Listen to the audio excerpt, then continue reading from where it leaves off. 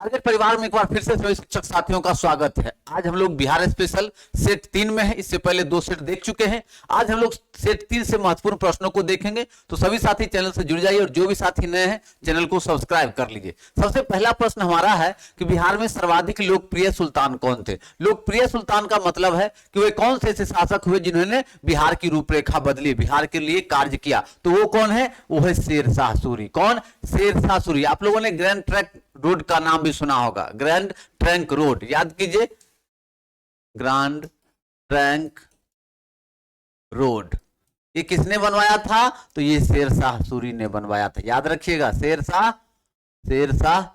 सूरी ने बनवाया था। शेरशाह सूरी ने बनवाया था। एक चीज और याद रखिएगा, इन्होंने ही क्यों बनवाया था? क्योंकि ये दक्षिण भारत को उत्तर भारत से जोड़ने के लिए इस ट्रैंक रोड का निर्माण करवाया था, जिससे यातायात में बहुत बड़ी क्रांति हुई थी। उस समय की बात कर रहे हैं शेरशाह सूरी के बारे में। एक चीज और याद रखिएगा कि अगर सूर्यवंश के संस्थापक में पूछ दे आपको, सूर्यवंश के संस्थापक, तो सूर्यवंश के संस्थापक में भी शेरशाह सूरी का नाम लिया जाता है। क्लियर है? चलिए आगे बढ़ते हैं। प्रश्न संख्या दूसरा।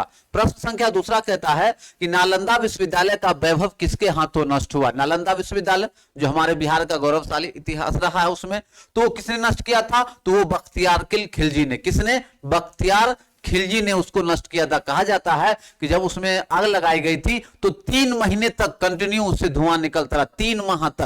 3 महीने तक उससे आग लगती रही, एकदम धुआं धुआं जलता रहा। और इसी नालंदा विश्वविद्यालय के पतन के बाद में जो बौद्ध धर्म का जो विकास तेजी से हो रहा था वो रुक गया, क्योंकि वहां सबसे ज्यादा क्षति हुई थी। तो बौद्ध धर्म के जो धार्मिक पुस्तकें थी वहीं से पतन होना आरंभ कर गया था। ये भी याद रखेंगे, उसमें जो पुस्तकें जली थी सबसे ज्यादा वो बौद्ध पुस्तक थी। और इसी नालंदा विश्वविद्यालय के नष्ट होने के बाद में बिहार में जो है वो बौद्ध धर्म के पतन का मार्ग प्रशस्त हुआ। इस चीज को भी अच्छे से याद रखेंगे। चलिए आगे बढ़ते हैं। प्रश्न संख्या 2 के बाद प्रश्न संख्या 3। चलिए प्रश्न संख्या 3 को देखते हैं। प्रश्न संख्या 3 हमारा कह रहा है कि किस काल में बिहार की राजनीतिक शक्ति, शैक्षिक और सांस्कृतिक गरिमा खंडित हुई? देखिए आरंभिक काल की बात करते हैं तो बिहार का प्राचीन इतिहास काफी गौरवशाली रहा। मौर्य काल में भी आप लोगों ने देखा कि चंद्रगुप्त मौर्य ने चाणक्य की सहायता से नंदवंश के अत्याचारी शासन का अंत किया था। लेकिन जब आप मध्य काल में आते हैं तो मध्य काल में बिहार के लिए क्या हुआ? वहां से आरंभिक कहीं न कहीं नुकसान हुआ। जैसे हमने अभी जस्ट देखा कि बख्तियार खिलजी ने नालंदा विश्वविद्यालय को हानि पहुंचाई थी, फिर अकबर ने पाटलिपुत्र पर अधिकार कर लिया बिहार पे आक्रमण करने के बाद। तो इन सारे बिंदुओं के बाद जो हम देखते हैं कि मध्यकाल आते आते बिहार की राजनीतिक शक्ति, शैक्षिक और सांस्कृतिक गरिमा खंडित होती चली गई। चलिए तो हमारा आंसर क्या हो जाएगा? मध्यकाल हो जाएगा। चलिए नेक्स्ट क्वेश्चन है चौथा कि किस मुगल शासक ने सर्वप्रथम बिहार को अपने साम्राज्य में मिलाया था? तो किसने साम्राज्य में मिलाया था? याद रखेंगे किसने मिलाया था? तो अकबर ने। किसने मिलाया था? अकबर ने। अकबर ने इसे अपने बिहार, और कब मिलाया था? तो 1574। याद रखिएगा कि 1574 में अकबर बिहार पर आक्रमण करते हैं, और बिहार पर आक्रमण करने के बाद किस पर अधिकार कर लेते हैं? पाटलिपुत्र पर अधिकार कर लेते हैं। यह भी याद रखिएगा कि पाटलिपुत्र को सबसे राजधानी सबसे पहले उज्जैन ने बनाया था। किसने बनाया था? उज्जैन ने बनाया था। इसको भी याद रखने का प्रयास करेंगे। चलिए आगे बढ़ते हैं। प्रश्न संख्या 4 के बाद प्रश्न संख्या 5।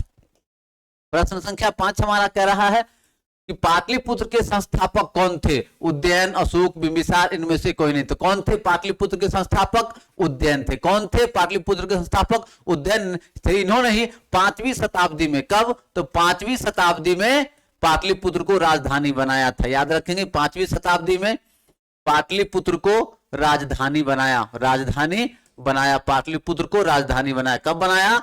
तो 5वीं शताब्दी में। एक चीज और याद रखिएगा उज्जैन में ही कि मगध की राजधानी पटना किसने बनाई? तो उज्जैन। ये प्रश्न भी अगर पूछ दे आपको कि मगध की राजधानी पटना किसने बनवाई, तो सर्वप्रथम उज्जैन ने ही मगध की राजधानी पटना बनवाई थी। चलिए आगे देखते हैं। प्रश्न संख्या 6 कि पाटलिपुत्र में स्थित चंद्रगुप्त का महल मुख्यतः किस चीज का बना हुआ था? तो पाटलिपुत्र में स्थित जो चंद्रगुप्त का महल था वो किस चीज का बना हुआ था? लकड़ी का बना हुआ था। अभी भी आप चल जाइए कुम्हरार, वो जगह का क्या नाम था? कुम्हरार पटना में। ठीक है, कुम्हरार पटना से मिला था चंद्रगुप्त का महल, जिसमें कौन किस चीज का बना हुआ था? वो लकड़ी का बना हुआ था। ये काफी इंपोर्टेंट क्वेश्चन है, और इस जो खोज करता थे उसका नाम क्या है ये भी कभी कभी पूछता है। तो याद रखिएगा स्नूपर। कौन महोदय थे? वो स्नूपर महोदय थे। स्नूपर महोदय थे जिन्होंने खोज की थी। याद रखिएगा कुम्हरार उस जगह का नाम है। चलिए आगे बढ़ते हैं। प्रश्न संख्या 6 के बाद प्रश्न संख्या 7। चलिए प्रश्न संख्या 7 को देखिए क्या कह रहा है। 7 कह रहा है कि पाटलिपुत्र में इनमें से किस शासक ने सर्वप्रथम अपनी राजधानी बनाई थी। तो इस ऑप्शन के हिसाब से मैंने उज्जैन कहा था कि सर्वप्रथम उज्जैन ने ही मगध की राजधानी पटना बनाई थी, लेकिन याद रखिएगा कि चंद्रगुप्त मौर्य ने भी पाटलिपुत्र को क्या बनाया था, राजधानी बनाया था। तो याद रखेंगे चंद्रगुप्त मौर्य ने भी पाटलिपुत्र को राजधानी बनाया था, लेकिन सर्वप्रथम में पूछे तो उज्जैन का नाम याद रखेंगे। चलिए 8वां प्रश्न हमारा कहता है कि बिहार में 1857 की क्रांति के नेता कुंवर सिंह का देहांत कब हुआ था। तो याद रखेंगे कुंवर सिंह का जो देहांत हुआ था वो कब हुआ था, 9 मई 1858 को। कब हुआ था, 9 मई 1858। याद रखेंगे 9 मई 1858 को हुआ था। कुंवर सिंह कहां के थे, तो जगदीशपुर। याद रखिएगा कहां, जगदीशपुर के थे। परमार राजपूत थे। क्या थे वो, परमार राजपूत थे। परमार राजपूत वंश थे। और 80 वर्ष की अवस्था में, याद रखिएगा 80 वर्ष की अवस्था में भी इन्होंने अंग्रेजों के दांत खट्टे कर दिए थे। तो ये काफी एकदम योद्धा थे। चलिए याद रखेंगे इनको। प्रश्न संख्या 8 के बाद देखते हैं हम लोग प्रश्न संख्या 9। तो जो भी साथी सक्षमता बैच से जुड़ना चाहते हैं वो साथी इस नंबर पे व्हाट्सएप कर दीजिए 9709 12 40 19। इस नंबर पे आप सिर्फ हाई लिखकर व्हाट्सएप कर दीजिए, आपको पूरा डिटेल भेज दिया जाएगा। या आप लोग चाहें तो प्ले स्टोर पे चले जाइए और प्ले स्टोर पे आपका एप्लीकेशन है जिसको डाउनलोड कर लीजिए, टारगेट योर गोल। उसके एप्लीकेशन का नाम है आपके टारगेट योर गोल। इसको डाउनलोड कर लीजिए। अभी आपको ऑनलाइन क्लास, सारे टेस्ट सीरीज, पीडीएफ मटेरियल, संपूर्ण क्लास आपको एग्जाम तक के लिए मिल रहा है विशेष ऑफर के तहत, जिसका फीस अभी मात्र है आपको 500 रुपया। मात्र 500 रुपये की फीस में अभी आपको पूरा कोर्स दिया जा रहा है। तो बिल्कुल समय लिमिट है, आप लोग जो भी साथी ज्वाइन करना चाहते हैं ज्वाइन कर लीजिएगा। चलिए नेक्स्ट क्वेश्चन देखते हैं। बिरसा मुंडा का कार्य क्षेत्र कौन सा था। तो बिरसा मुंडा का छात्र कौन था, रांची झारखंड। कभी कभी ये भी प्रश्न पूछ देता है कि झारखंड के किस जिले से। तो याद रखेगा खूंटी जिले, एक जो जिला का नाम है वहां खूंटी जिला। तो ये भी कभी कभी पूछ देता है, ठीक है। तो खूंटी जिला भी याद रखेगा, झारखंड के किस जिले से, खूंटी जिले से। और उनका जो विद्रोह था, एक चीज याद रखेगा, वो था उलगुलान विद्रोह। उलगुलान विद्रोह को भी याद रखिएगा और एक मुंडा विद्रोह को भी याद रखिएगा, एक मुंडा विद्रोह को भी याद रखिएगा, ठीक है।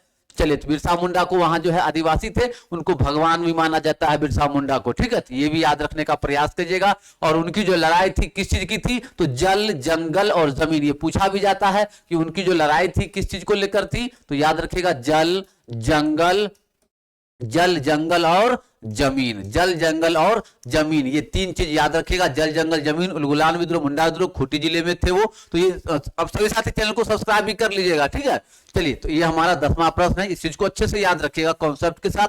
स्वामी सहजानंद का संबंध किस चीज से था। तो स्वामी सहजानंद का संबंध किस चीज से था, किसान आंदोलन से था। किससे था वो, बिहार के किसान आंदोलन से। याद कीजिए मैंने पिछली कक्षा में भी कहा था कि 1929 में बिहार में जब प्रांतीय किसान सभा का आयोजन होता है तो सोनपुर मेले में ही, कब, 1929 ईस्वी में आपका बिहार में प्रांतीय किसान सभा का बैठक होता है। और उसके अध्यक्ष कौन बनते हैं, स्वामी सहजानंद सरस्वती। अखिल भारतीय किसान सभा के जो अध्यक्ष थे वो भी कौन थे, स्वामी सहजानंद सरस्वती, जो किसान आंदोलन से जुड़े हुए थे। तो इसको भी याद रखने का प्रयास करना है।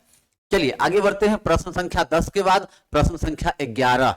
प्रश्न संख्या 11। सभी साथी, जो भी साथी चैनल पे नए, चैनल को सब्सक्राइब कर लीजिए ताकि वो आपको सारी जानकारी मिलती रहे। ए टू जेड चीज आपको मिलता रहेगा, तो हर चीज आप लोग नोटिफिकेशन से जुड़े रहेंगे तो कोई दिक्कत नहीं होगी। चलिए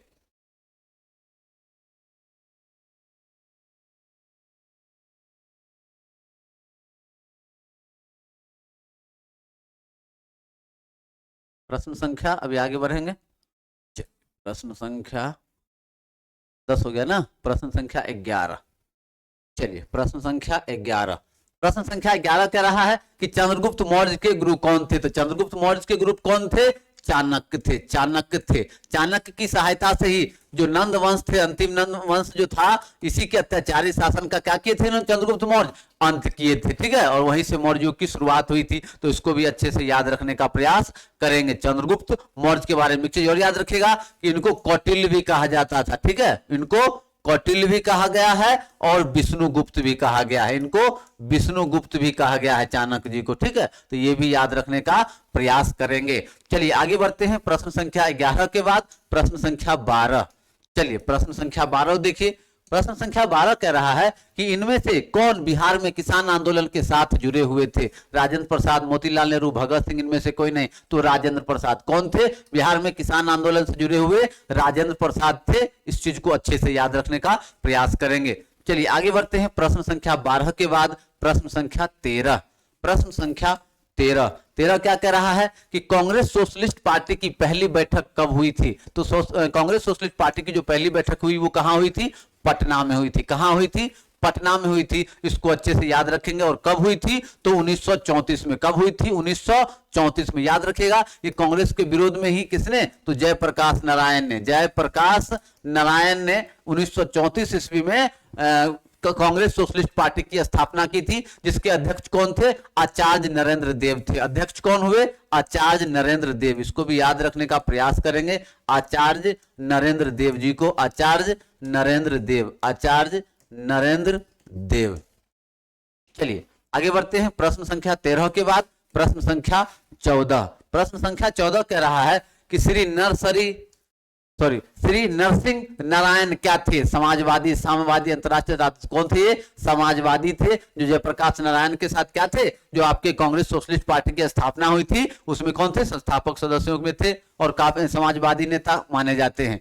चलिए आगे बढ़ते हैं। प्रश्न संख्या 14 के बाद प्रश्न संख्या 15। प्रश्न संख्या 15 कह रहा है, हम लोग बिहार स्पेशल में हैं और बिहार स्पेशल के मॉडल सेट 3 को देख रहे हैं। तो जो भी साथी चैनल पे नए हैं, चैनल को लाइक शेयर सब्सक्राइब कर दीजिए ताकि आपको सारा जानकारी, सारा नोटिफिकेशन वो भी आपको मिलता रहे।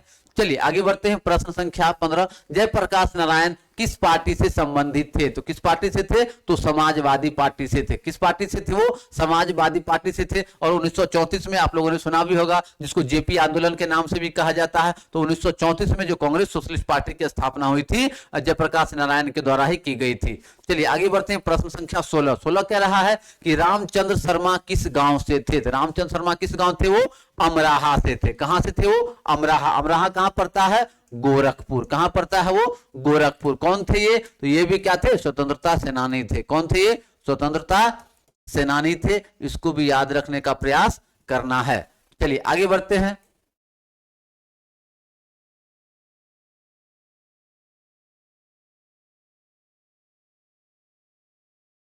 चलिए थोड़ा सा